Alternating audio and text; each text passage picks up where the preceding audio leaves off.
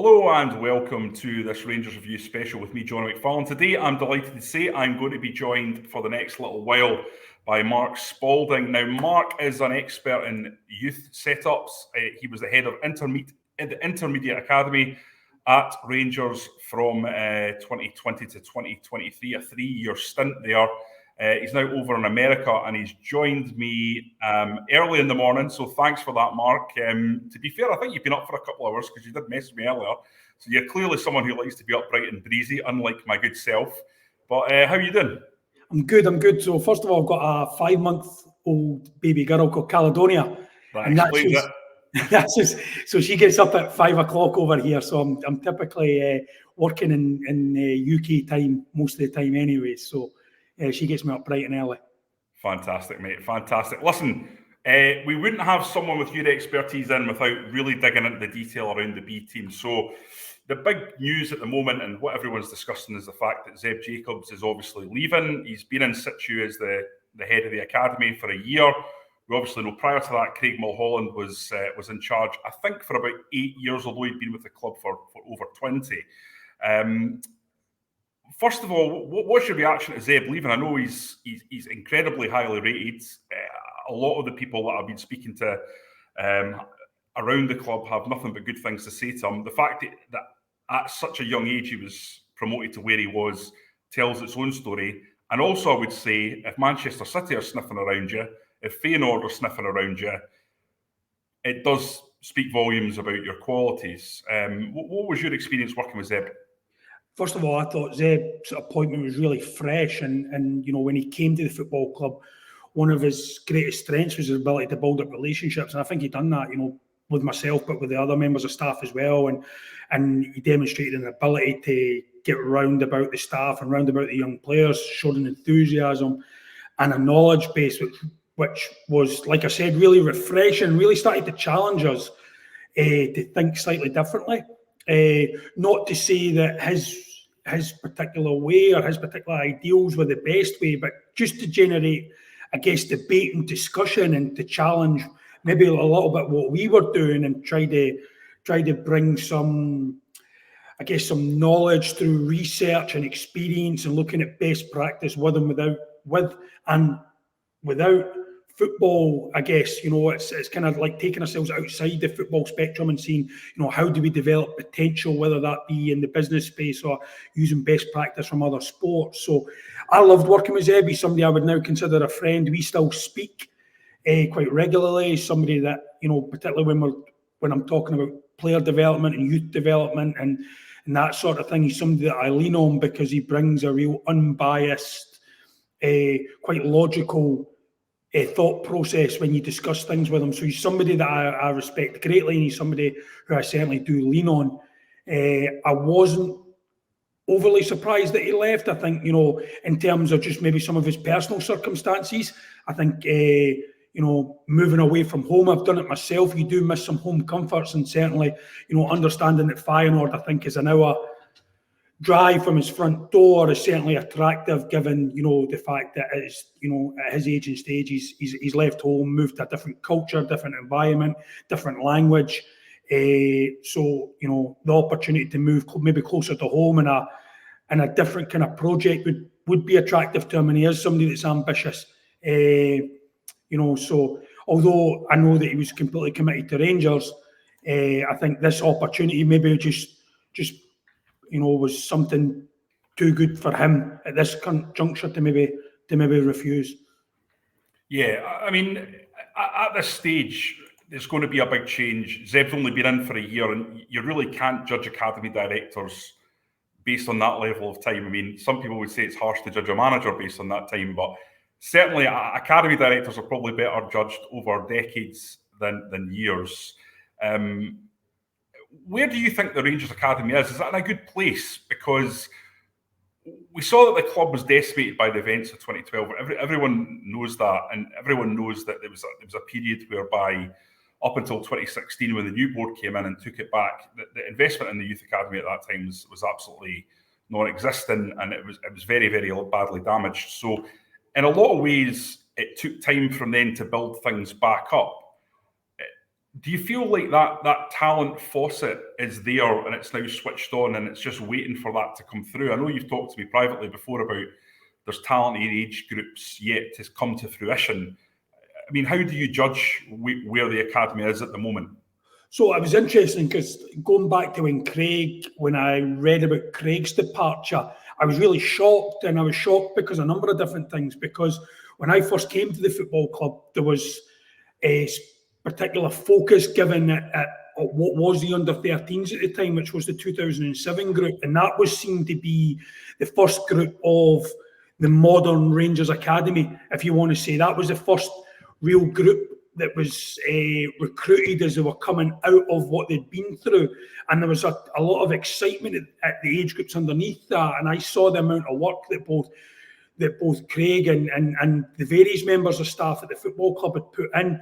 Yeah, there was older age groups, but really that was the focus. And I think that was echoed by the number of signed players from that 2007 age group that are now in the squad. And I think if you looked at, the Youth Cup final, that was strongly represented in terms of, and if you even look at a ton of those players, they'd been at the club since they were 8-9 years old, so I think that speaks volumes for the recruitment of the younger age groups. And I think that foundation phase was the real focus. I guess to piggyback on your point, Johnny, when they reinvested in the academy, yeah, there's always talent at Rangers, and we had to go and bring talent in and develop the talent that was in there. But that was kind of point, kind of ground zero, I guess, was that 07 age group. And I think after that, they got the full benefit, the 4 years in the Beauclair programme, they got the full benefit of the various other kind of modern innovations that the academy were bringing in, the video analysis, the sports science, the modern training techniques, all that kind of stuff. So that was really exciting. So to kind of bear fruit of that, I guess, albeit slightly with the Youth Cup final only the other night, I think that was really interesting. So I think one of the things I said to Craig was when he moved on, I can't believe that was the moment, because I'd seen the unbelievable hard work that he put in alongside the rest of the staff, but Craig really driving it and leading it for that group. And I guess what surprised me was he wasn't going to bear fruit of that hard work. He wasn't going to get to see those kids progress and hopefully move into the first team, etc. So I was really surprised at his timing. Obviously, Craig had his own reasons for doing what he did, but that was probably the biggest surprise to me. Was just the timing, knowing, and having been in the programme and seeing the talent. I'm probably in a fortunate position where from 2014 or 2014's all the way up, I probably know every single player in the academy. I know what it took to bring them in. I know the path they're on. I know the high potential players, and it's incredibly exciting. And if you look at the talent pool that they have within the club, there's a part of me that wishes I was still there, because I won't get to see where these kids are going and to play a role in that next step for them. But the staff within there are excellent, and they can manage that. But I think where the club is now, even with the introduction of the Ready Centres, going and identifying talent within a fun, safe environment at the younger age groups, more filter systems, starting to a bigger base at the bottom academy with more talented players, and as they start to progress up, that kind of pyramid being more evident. I think it's a really exciting time for the club. And I think one of the things, although Zeb only spent a year as academy director, his influences within his role as head of coaching shouldn't be understated. And I think he was pivotal to some of the innovations and some of the development opportunities that these kids have got, in terms of club visits and kids going to Red Bull Leipzig and getting kids out of their comfort zone. I think Zeb was integral to that kind of piece. So I think the academy coming through is really exciting, and I think if anybody has the pleasure of going to the training ground or watching online or seeing anything of some of these players, you can't help but be excited, because they do have some of the best talents within Scotland, within the UK, and then one or two of these kids could be considered to be some of the best talents within Europe as well. So I think the talent conveyor belt, if you want to call it whatever you want to call it, is really, really strong, and it's a really exciting moment. Yeah, I mean, when I was up there, I was fortunate enough to interview Craig Mulholland and spent an hour and a half with him, and then he took me around and showed me what was actually happening in the academy. It was a real insight into the incredible level of detail, the incredible level of focus that was put on getting the best out of these youngsters. And depending on their personality, it wasn't a one-size-fits-all model. You talk about the coaching role that Zeb Jacobs took on prior to moving up, and one of the things that stood out to me, Mark, was this sense of every single bit of coaching that you did was recorded and monitored, so you could be given feedback.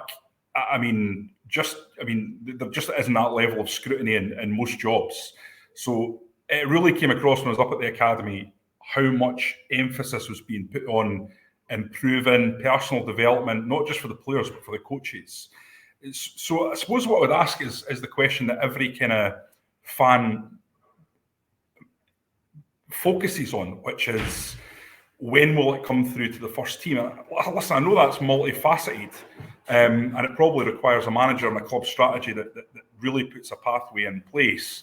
But for whoever's coming in next as the academy director of the club, what do you think will be the thing that they get their teeth into first to try and facilitate so that there is that pathway there?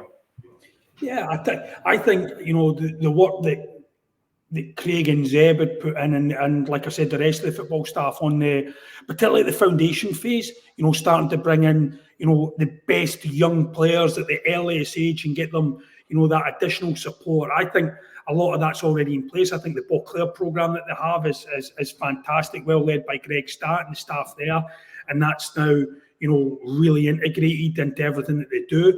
So I think in terms of what would be considered to be, the foundation and youth development phases, I think there's a ton of good work going on there. I think, for the academy director, I think it would really depend on what that remit is. So obviously, Craig's remit was significantly different from Zeb's, and I think, that understanding for supporters to know that role had changed, where Zeb's main focus was, kind of U18s down, while Craig had much more of an overarching remit, where I would, Craig was effectively, like a sporting director within a club. Craig oversaw the B team, which at the time was playing in the Lowland League, so effectively a full-time professional team.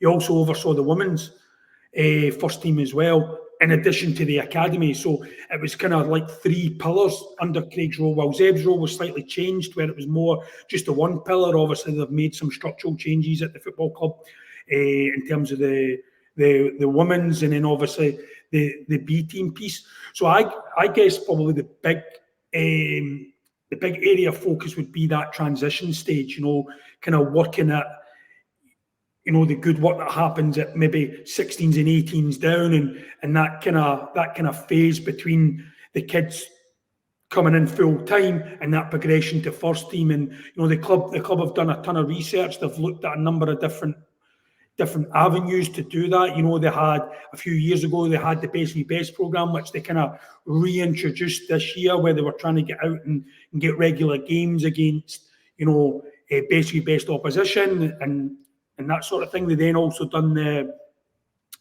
the Lowland League for 2 seasons, which again provided a different impetus and a different kind of challenge for the players. So the club has researched and really put themselves out there on a number of different things. And I guess right now they've just not found the pathway that's best for them. And I think that's really important to consider, is that, they are trying different things, but they've not yet found that transitional model which is allowing them to best progress their talent, and I guess people say, let's go back to the old reserve league, let's go and do this. It's not a one size fits all, and certainly when you research, second teams, whether it be over here in the US or whether it be, in Central Europe, Barcelona have a B team, Bayern Munich have an amateur team, and all this, that might work for them. That might not necessarily work for us. And I think, at Rangers, I think, the club are still trying to find the best, I guess, transitional model for that team leaving the academy and progressing to first team. Yeah, Mark, I've always been pretty convinced by the idea of B teams, I have to say. Not saying that I would say it's a panacea or anything like that, and that it's a silver bullet, but you look at the other big leagues in Europe outside of obviously the Premier League, and they often have B teams, and yet there's a sort of cultural stigma to it here. There's very few debates that provoke such fury amongst fans as the idea of the introduction of old firm B teams. I was very pro the move to the Lowland League, but kind of was obvious that the Lowland League wasn't a perfect solution either. And I know behind the scenes at the club, they were desperate to get in to be part of the pyramid, but it just hasn't really worked out. They've not been able to, I suppose, gather the political weight that would be able to push it through, because the smaller teams just seem to not want to play ball, understandably, because the fury from their fans is significant. So it's a really, really, really difficult one. But I just wonder if, you've got an incredible amount of expertise built up over the years with young players. Do you feel like a Rangers and Celtic B or a Hearts B integrated into the full pyramid is the answer? Yeah, I think it certainly helps, Johnny. I think that when you look at base models, I'm very much like you. I was a real believer, and still am, of that B team concept and where that sits. And I think it brings a number of different things. I certainly remember being a young a young child. Sometimes, during the summer, you would have Rangers and Celtic 11s come to local teams, and you would get to go and see maybe the stars of the future. And certainly from my experience, I got to see a young Barry Ferguson and that sort of thing, playing some of these Rangers 11s in pre-season friendlies and stuff. But there was always a big turnout as well. You would always get a ton of people, a ton of interest. So I've always seen the benefit of it. I've seen how it works in other models, and even right now in the US, they've recently changed their model where they actually had teams they don't have a pyramid system here, but within the USL Championship, they had second teams, and that did demonstrate an increase in player development opportunities. They've recently changed the model slightly, but again, when you're looking at B teams and you do a ton of research, it's very hard to argue that they're not purposeful. And I think, again, that has to be within the right league structure. Again, that has to be, is it pyramid? Is it, the Lowland League? How does that all fit in? And I think, that's for the Scottish game to realise. I think one of the things that people can't deny is the volume of players that the Club Academy Scotland, and particularly the kind of larger clubs in Scotland, actually put within the Football League. I think, every single year there's an audit done, and I think if you look at the number of Rangers Academy graduates, just using Rangers as an example, who now play in the Football League, you look at Airdrie, for example, the number of Rangers Academy graduates, even Aaron Lyon alone, but if you even want to talk about Rhys McCabe now as a manager, former Academy graduate, Elliot Dunlop, former Academy player at Rangers, moved somewhere else and then moved to Airdrie. Even when you're looking now within the Football League, there's a ton of kids who have had the benefit, the expertise of the excellent coaching that clubs like Rangers can provide them as children and young teenage years, and then obviously haven't quite had the pathway there and moved on and had a professional career. So I think people have to understand the role that these clubs are investing in youth development. Not always, absolutely, they invest in youth development for to develop our own players to progress through. But there's a ton of players within the Scottish pyramid who are having professional careers because of the grounding they got at Rangers, but also at clubs like Rangers, whether that be Celtic or Hearts, Hibs, Aberdeen as well, So, the benefit that the Scottish game get by these academies investing, a lot of money is significant. And I think, that shouldn't be overshadowed as well. And I think, I think that's sometimes lost a little bit, where people don't recognise the role that the clubs play in player development across the country. So I think that's one part of it. And I think,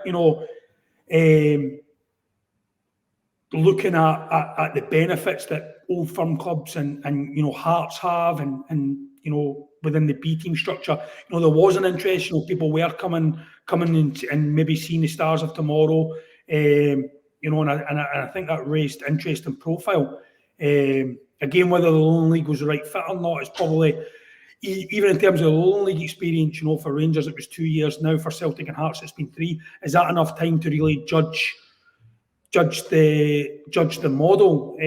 Again, I don't really know, but if we take the Rangers example of maybe Ross McCausland, was somebody that played significant minutes in the Lowland League, didn't have an outside loan, and yet has progressed to the Rangers first team. If you look at Alex Lowry, didn't have a significant loan before moving into the Rangers first team. Even before that, Adam Devine, had a couple of loans, before progressing. So again, there's not one path for both, but I think, even short-term aims from having a competitive B team, I think demonstrated with maybe 1 or 2 debuts formed. And I think, Ross is a really good example of that. Somebody who probably did benefit from regular competitive football. And there's a lot of discussion about, you mentioned the reserve league, and the thing when I speak to ex-pros, they always say about the reserve league was that you learned as much, not just from the competition, but from playing alongside experienced pros who talk you through the game. Sometimes I've heard ex-pros talk about being up against a big player who was coming back from injury who would talk them through, as well as your own teammates. If in this silver bullet theory that we're putting together of the B teams, would you want overage players, maybe say 3, as part of the squad to provide that, or do you think that's overstated? No, so I think it's what 3 that is. So if you look at the models in Spain, they actually sign external experienced players who come into that group. So you can have players that play for Barcelona B or Real Madrid Castilla who are 26, 27, who don't play for Real Madrid. If that makes sense. And I think it's, where that kind of fits in. And I think, some of the issue in terms of having, players playing in the pyramid system, it's 1 registration, is it 2 registrations? There's a piece of sport integrity as well, of having that. I think there's absolutely a place for experienced players to give their expertise and, to play with these younger ones. But again, it's where that fits in, how that's done. I certainly know, I was fortunate enough to work closely with Bayern Munich for probably 4 years in a capacity in North America, and understood what their amateur team was. And they have amateur players who have played with Thomas Müller and played with these guys who don't have they're not at the required level to play with Bayern Munich, but they play their role in young player development. And I think that's a different model, which might be hard, I guess, in terms of the Scottish particular model to understand. These players that come in and they're fantastic pros and they demonstrate a whole host of different things: humility, respect. Teach the kids maybe in other factors, as well as helping them on the field, but aren't seen to be going to be first team players. And it's also hard to recruit those right types of players. Those players who are selfless enough to want to come and play their role. When maybe they could still be playing Championship, maybe even Scottish Premier League. Why would I give up those later years in my career? And certainly, you're starting to see a little bit of that. Down in England, where their 23s, you're starting to see like Jay Spearing, I think it's at Liverpool. Man United signed Tom Hiddleston. They had McShane before, so they've kind of done it, a little bit different, with the bringing in maybe ex-academy players to provide some coaching experience. So I think it's an interesting model. I guess it's how that's operated and where that actually fits in the overall club model as well. But it's really trying to find those pros that are selfless enough to come back and give in. I think, when people talk about the reserve league and the experienced pros coming back in, I think now there's less requirement, I guess. Like certainly when I was at, even using my own experience when I was at St Mirren in the Scottish Championship, we had, there wasn't a requirement, players, to play in what was the 20s league at the time. You could have overage players. It was still, developmental, but there was still that, getting guys in fit, and some players that didn't see the benefits of it.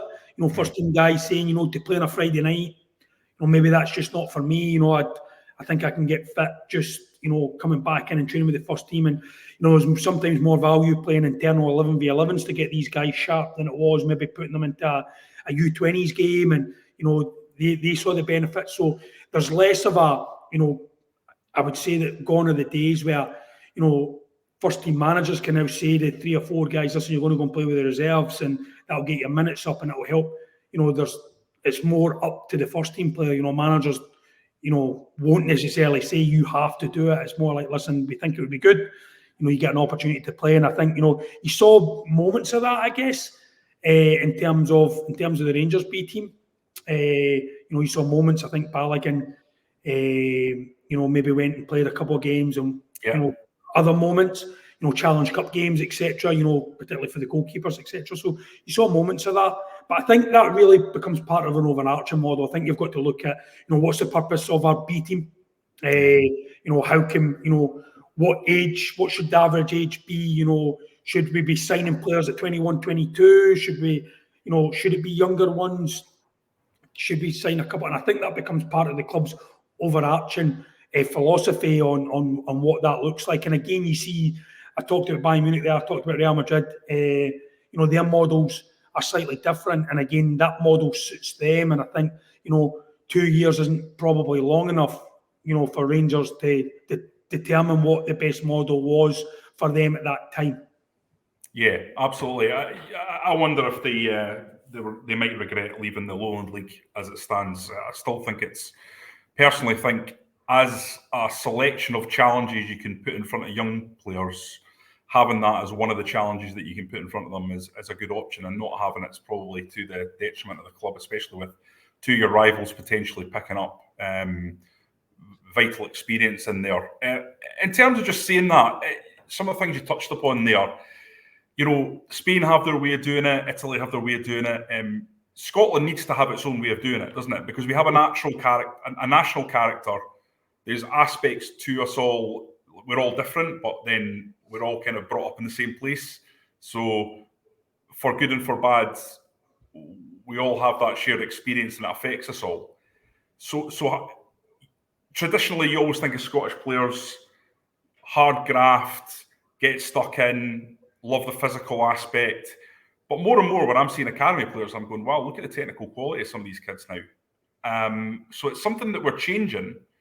How do you kind of balance the two things, retaining what makes Scotland special while also developing that skill set that allows a situation where other nations can't technically outplay you? Yeah, I think it's always interesting because one of the things I noticed when I came back to Rangers and came back to Scotland after being away for 4 years is that I always had a perception, and I guess it's a perception of many, that Scotland's like a working class, hard working, kind of, and I think it still maintains some of that, but there's much more. It's not as noticeable as maybe 20 years ago. That kind of, I don't know, that perception of the Scottish nation, there is much more wealth in round about the middle classes. Like when I look at, particularly some of the kids that were coming into Rangers, some of them are absolutely still coming from the same areas, the certain parts of Glasgow, the certain, that certain upbringing, but, the vast majority aren't anymore, because like everything else, every parent, and now as a new parent myself, I'm trying to give my daughter a better life than the one I had, and it's starting to go and go. So I actually think as times went on, I think there is an element of the Scottish personality, which isn't always that hard working, I guess, kind of manual labour. My grandfather was down the pits. Do you know what I mean? So that's kind of gone a little bit. It's and I guess we are a little bit more modern. There's so it's actually how you install those values. And I think one of the things that Rangers did, which is really interesting when you see other clubs, is they still have their standards across the youth academy, which was really, really important. And I think, they still maintain some of those, maybe some people would say outdated traditions, but really, really important in terms of Rangers. And I think, that was one of the things that the club really were proud of, trying to install that working class, that kind of selfless mentality. The kids had some tasks that they had to do before leaving at the end of the day. There was a respect value of saying hello to people in the corridor, shaking people's hands, making sure that you were appropriately attired, just really small things, but became really, really important. As you can see, my beard's quite long here at Rangers. That would be, somebody would say, walking in the corridor, is that Rangers standard?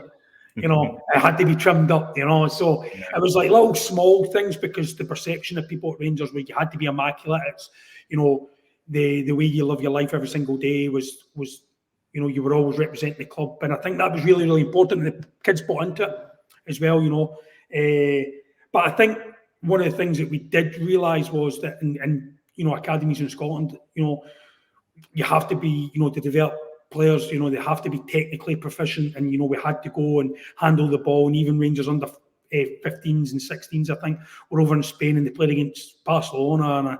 And what was really interesting was the technical ability of the Rangers players. It wasn't look at Barcelona; they're much more technical. The Rangers kids now handle the ball in tight areas. It's when they're being marked. There was a tradition in Scotland. Don't pass to a marked player within the Rangers academy. It's give him the ball; he'll find the solution. Will he beat him 1v1? Do you go and join in? And the big phrase, Johnny, you probably heard that was really evident, was this idea of outplaying. Everybody talked at Rangers about outplaying 1v1. The research shows that the distances in football are getting tighter, the spaces are getting less, and Rangers were really developing players to handle the ball in those tight areas, which was really, really important. And I think it's putting demands. It's that, the term you heard probably quite a lot coming out of the club was relentless.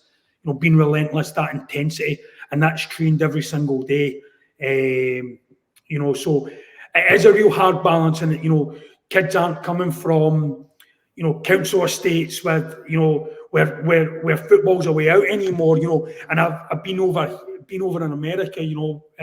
I'm seeing Brazilians who that's very much the case. I worked with a guy from the favelas who sends 50% of his salary back home to Brazil because his mum has 7 kids, and that's really important to him. And he's playing because he has to play football. It's incredibly. I'm not sure that it is the same case now for the majority in Scotland. Still a passion, but it's no longer a way out. It's they do it because they want to do it, and I think it has slightly changed where you have to motivate them slightly differently. Yeah, it's really interesting, mate, because I suppose society's changed and football's expensive now. And the days of kids just jumping on the local playing field, well, a lot of local playing fields 25 years ago when we were kids are now flats, or they've been sold off by the council for something else. And actually, when you want to play football, you've got to go and play at a Power League venue or something like that, and that involves cash. And if you're a young kid from Castlemilk with a mum and dad who maybe aren't high earners or something like that, then it's not the easiest thing in the world to actually play football some of the time. So 100%. And what I would say is that these grassroots boys club levels are becoming much more expansive. That involves more travel, more not all players, not all parents can do it. One thing I would say is that I do believe that talent always finds a way. And one of the things that was really impressive to me is the way that football does provide a community. And, there is still opportunities for these kids to play and at grassroots level. The jobs the clubs do is unbelievable. And we saw that firsthand. And I remember a particular trialist who came into Rangers, who became a signed player at Rangers. The support that he got from his club, in terms of transport and a whole host of different things was incredible to give him a chance, to give him an opportunity. So there is still kids like that. But as you said, society's changed, football's changed. There's not so much variety. Gone are the days of kids playing, with a school and with 2 or 3 teams at the weekend. It's much more structured. It's much more, a lot more astroturfs, much more expensive. So I think with society changing, football's also got to change. And I think, that sometimes does change, the makeup of some of these young players, and, how hungry can you keep them when they're going home and playing their PS5, and they wear their Canada Goose jacket to the training ground and all. But you've still got to, because that is society now. But you've still got to drive them every single day and to keep motivating them. And one of the things I would say is, despite all that, kids do want to play for Rangers. There is a hunger and desire to be a professional footballer, and you've got to use that as the motivation every single day. What about in terms of preparing them for being a Rangers player? Because the level of scrutiny you get at the academy will be greater than any other academy in Scotland, with the exception maybe of Celtic. And when you do get talk about you being the next big thing, it does cause issues, I would imagine. But the jump from that to Rangers in the first team, like social media, what people are saying about you, how people are reacting to you in the street, the ability to go into town just to get a cup of coffee without being mobbed and being asked for selfies and all the rest of it. How do you even begin to prepare someone from that jump? Something like what Alex Lowry or Ross McCausland's gone through, where they're essentially nobodies or people that very few would recognise, and suddenly you're essentially a celebrity in Glasgow, and probably more than a celebrity. Like a Hollywood star almost, and everyone wants a piece of you. It must be so difficult for someone who's 18, 19, 20. No, it can be. And I think one of the things the club does is it's got an unbelievable support network. It's kind of got like a well-being staff around the club where there's a number of different people, but it's headed up by Arlene Sinclair. And I don't know if you've ever come across Arlene. Arlene's probably one of the best human beings I've ever met, you know what I mean? And she still texts me and still checks in with me to see who I am. But, Arlene kind of drives it where, the kids are unbelievably well supported, whether that be off the pitch or on the pitch. There is absolutely more focus now on social media and kids getting educated on the benefits, but also the dangers of social media from a whole host, from a child and well-being factor, from a profile factor. So there's now more education behind all that stuff, to allow the young players, to be a little bit more comfortable, So if you follow the Rangers Academy Twitter, you see different people coming in, media training, all that kind of stuff to really try to help the kids and prepare them the best you possibly can for moving forward. So I think that's really, really important. I think probably as the kids get older and more mature, they start to get more and more of that. But certainly, we always talk about being the 24/7 athlete, and one of the things you learn very, very quickly, whether you're a staff member or a young player at Rangers, you're always representing Rangers. You're always representing Rangers, and how you're perceived even in your local community becomes really, really important. And like, for instance, even myself working in a senior position with the academy, you would go to birthday parties or you would go to weddings and people would automatically be asking you, why have we not signed this guy, or why have we not done this, or who's the next one coming through? And even us, you have to be aware of what you're saying, because this guy tells his mate's prominent on Twitter next minute, and this starts to spread, and you've always got to remember on how you're perceived and what you're saying, and be really, really mindful and respectful of the way that things can be taken. And it's a world of instant media. Somebody says something to somebody, next minute it's on Twitter, next minute it's shared, next minute it's next minute you're quoted with saying player X is going to be the next whoever, and it's spread, and it puts so much expectation on this player. So within the academy, you'll probably have found this, Johnny, we're really cautious of names and profiles getting out there early, because we just want them to develop, and there is some, sometimes some spotlight put on one or two kids. You start to see them, they might be going, might be playing with Scotland national teams or other national teams, and there is always a little interest in where's this kid, how's this kid doing. So but we really try to keep them grounded. The young players don't really see that sense in the academy. Maybe as they're starting to move through 18s, maybe starting to get round about the first team, there's a little bit more on profile, but we try to keep them quite quite grounded try to keep the spotlight off them as long as we possibly can, just to let them develop. One thing you've got to remember is that a ton of these guys, they're just kids as well, and they've got to develop in that manner. And I think, that's really, really important. And you tend to find that the parents even don't want that spotlight put on them, because we don't want to add unnecessary pressure. And it's a privilege to play at Rangers, and that privilege does come with the expectation. It's an expectation. Unfortunately, expectation can lead to pressure, but it's an expectation. We're trying to prepare these kids to hopefully eventually play at Ibrox, and that comes with its own expectation. You go and play at Ibrox, it's a different environment altogether than any other club, and I've felt it. I've been at other clubs, both in Scotland and the US, and the expectation for young players at Rangers is heightened. And I think the academy staff do an unbelievable job of trying to protect them from that, try to educate them on how to deal with that. But it's an expectation. People call it a pressure. I guess it may feel like pressure, but it's an expectation. Some of these kids thrive off it. Some of these kids are desperate for that expectation. They want to play for Rangers, and they work hard every single day in the gym, off the pitch, to fulfil that aim. Some kids, the expectations too much, and that might weigh down on them. And unfortunately, some of them just don't have the required ability when they get to a certain point to fulfill that expectation and to play in the team. And that's, to play for Rangers, you have to be a top player. And I think that's the thing. People will look at maybe players that don't play with the academy and forge careers elsewhere, and people say, well, look at this.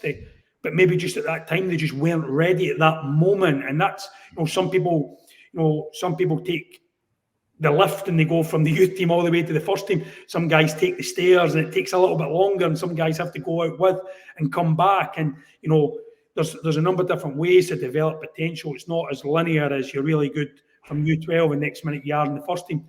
That does happen without any shadow of doubt. That can happen, but that's not always the case. And sometimes you've just got to, there's different paths. But I think, the club do an unbelievable job in terms of supporting the young player.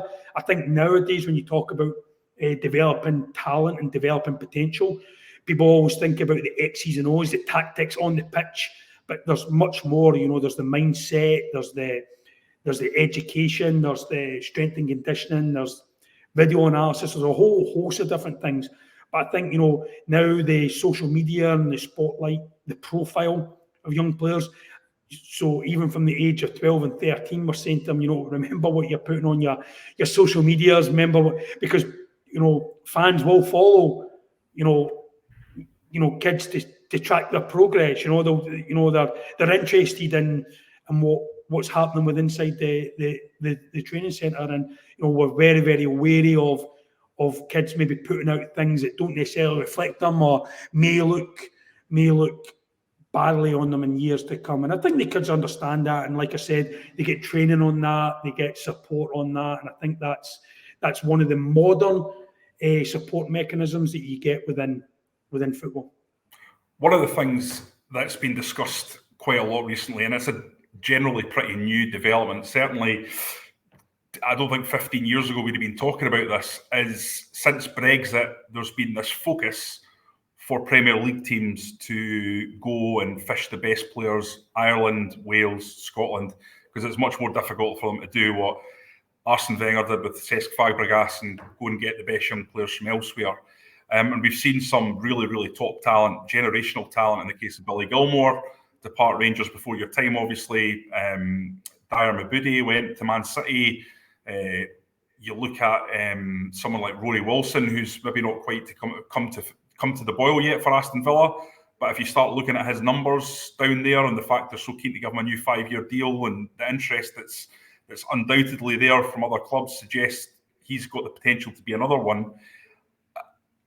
How does the academy deal with this situation? Because as I say, it's not something that there's been 30 years of experience of dealing with these clubs coming in and grabbing them before they even hit the first team. Yeah, first of all, I know Rory, he's a brilliant kid. Worked incredibly hard and deserves every success that comes his way. And I think now when you you look at those instances and you look at where the club is now and the kids that are coming through, you know, there's much more, I guess, connection between the club and the families now than there maybe was previously. You know, there's much, you know, I guess in youth development before, you know, parents would drop their kid off, they would come, they would train, they would pick them up, and that would be it. I think there's much more discussion, much more support, much more, I guess, working in collaboration now between club, coach, parent to provide the player with everything that they need. You know, nowadays, if you come down to the training centre, you look at some of these kids are spending, you know, the kids that go to the Beauclair school, you know, they're spending, you know, 20, 30 hours a week at the training centre, you know, just being around it, you know, training at school, you know, every single thing that they do is being a Rangers player. And I think with that becomes more connection. Do you know what I mean? They start to, you know, Rangers are being much more transparent about what they're doing for young players. You know, there's more parent, you know, 3-4 times a year. There's more parent education nights where it's like, here's what we're doing. This is why we're doing it. Here's what that means.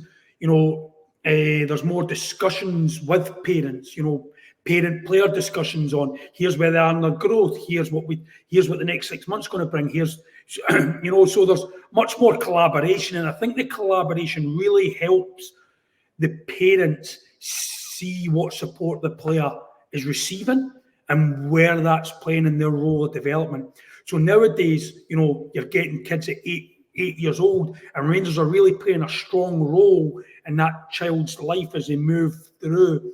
So if you take a player that's 16 and maybe meeting some of these offers, you know, they've had 8 years of connection to the club, and I think that's really important. And you know, you spoke about Craig's tenure being 8 years, and I think that stability definitely helps. But if you look at the academy, the number of guys that have been, you know, take like Greg Statt and Alan Boyd, been there 10, 12, 14 years. The connection that the kids have with these guys is unbelievable. You know, Alan Boyd might be the first guy they meet when they come in the door, you know, at 8 years old. And then Greg coaches them 4 years at the school. And, you know, that's really important, you know, that connection with these guys. You know, I still get, you know, I was fortunate enough to build up a connection with some of these guys. And, you know, you know, parents sometimes still reach out and you still hear how they're doing. And listen, I was probably as proud as anybody when you're seeing, you know, some of these kids, you know, lift the youth cup, you know, particularly two goal scorers. You know, Finlay Curtis and Josh Gentles were two kids that I was fortunate enough to have spent a bit of time with and worked with, and to see them both scoring was brilliant. And knowing, you know, some of their journey, and you know, some of the highs and lows and whatever else, to see these kids now starting to bear fruit of some of their development is brilliant. And I think, you know, when you look at the role that the club's played in these kids and helping these kids, you know, I think that becomes really, really important. Parents start to understand the role.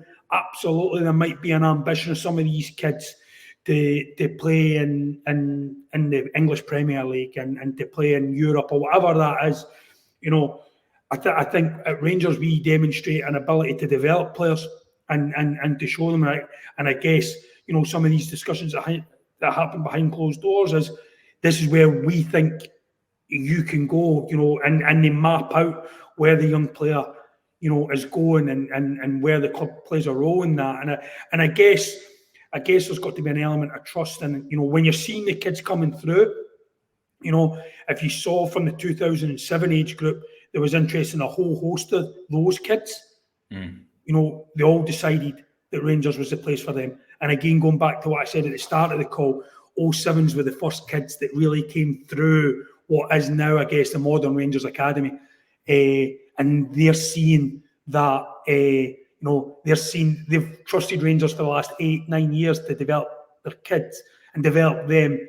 They know the what's next. They can feel it because they've seen it, they've been part of it. And I think that trust becomes really, really important. And I think that speaks echoes. You know, you saw some players being linked with Arsenal and other clubs, and they decided to stay at Rangers. And I think that's evident for the modern Rangers Academy, where people trust, you know, having been in the system for so long, they've seen them develop, they've seen the tournaments they've went to, they've seen the care the club has given them. these parents' meetings, they've seen the strength and condition, they've went to Beauclair, they've had a fantastic education, both on and off the pitch, and they trust the club to do the best by their kids and by them. And I think that's evident when you see, and even this year, there'll probably, there's a number of 08s that are really highly promising players, and it'll be interesting to see when those kids are announced, because I think they'll be in the same boat. They've been through the Modern Rangers Academy, which the clubs trust.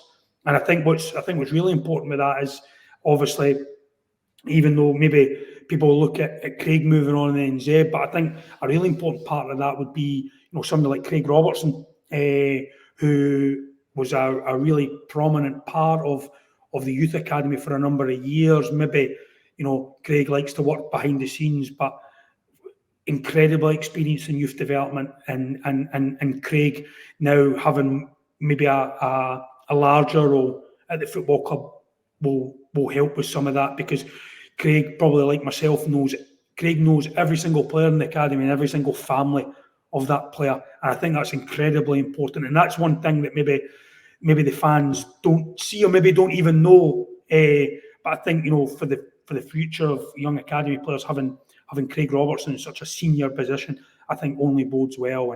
And Craig's a fantastic person, excellent at his job, and I think, has really strong relationships. And I think that's going to be really important. And I suppose that also applies to the first team with Brian Gilmore making the move up, because again, it's that synergy. I suppose what you need from that point is you need a manager that's actually prepared to give these kids a chance. And I think we've seen Philippe Clement's come in and plucked young McCausland, Ross McCausland, out of what looked like pretty much obscurity. It looked like he was maybe perhaps moving on because his contract was certainly winding down. The previous manager didn't really seem to like him that much, or certainly didn't seem to be pushing the agenda to keep him around. But Philippe has come in and obviously given him a new contract, and he's taken that chance and run with it.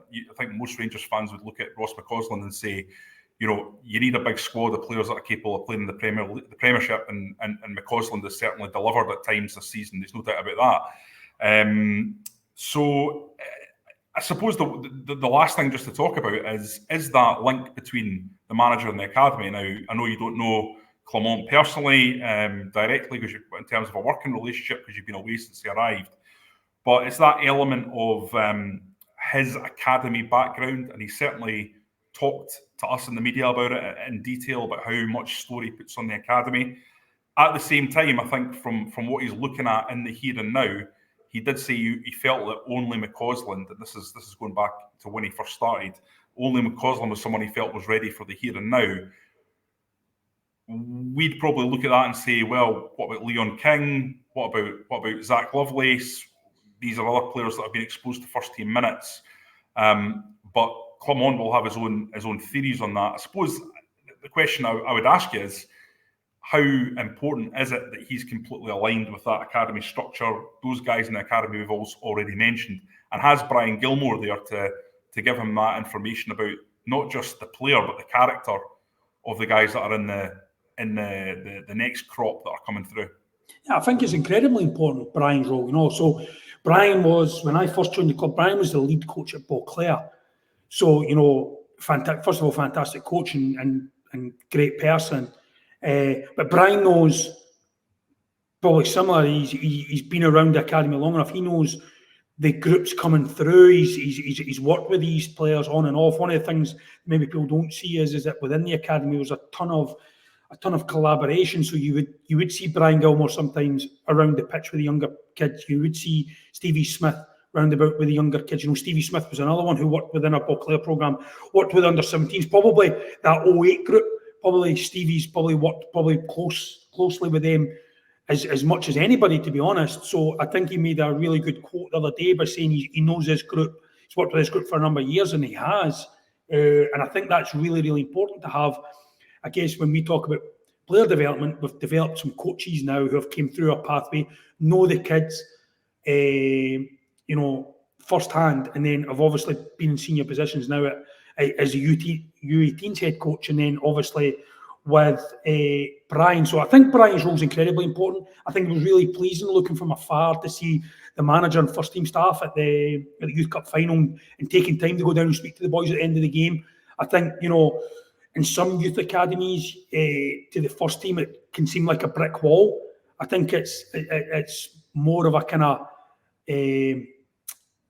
of glass door now where you can see through, but there is actually, you don't have to jump over it. You can actually, be invited in and you can walk through, and I think that's really, really important.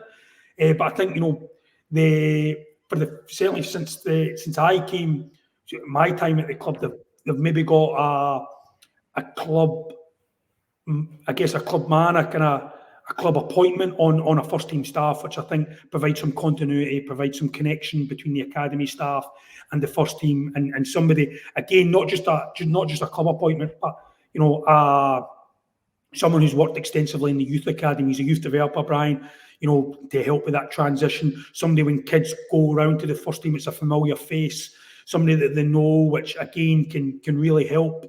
And I think Brian's appointment is probably the next step for Rangers. You've seen it working other staffs. You've seen that work really, really well in terms of that promotion from sometimes even they go from being 18s manager to first team manager at other clubs. Pep did it, didn't he? Yeah, exactly. Pep was at the B team.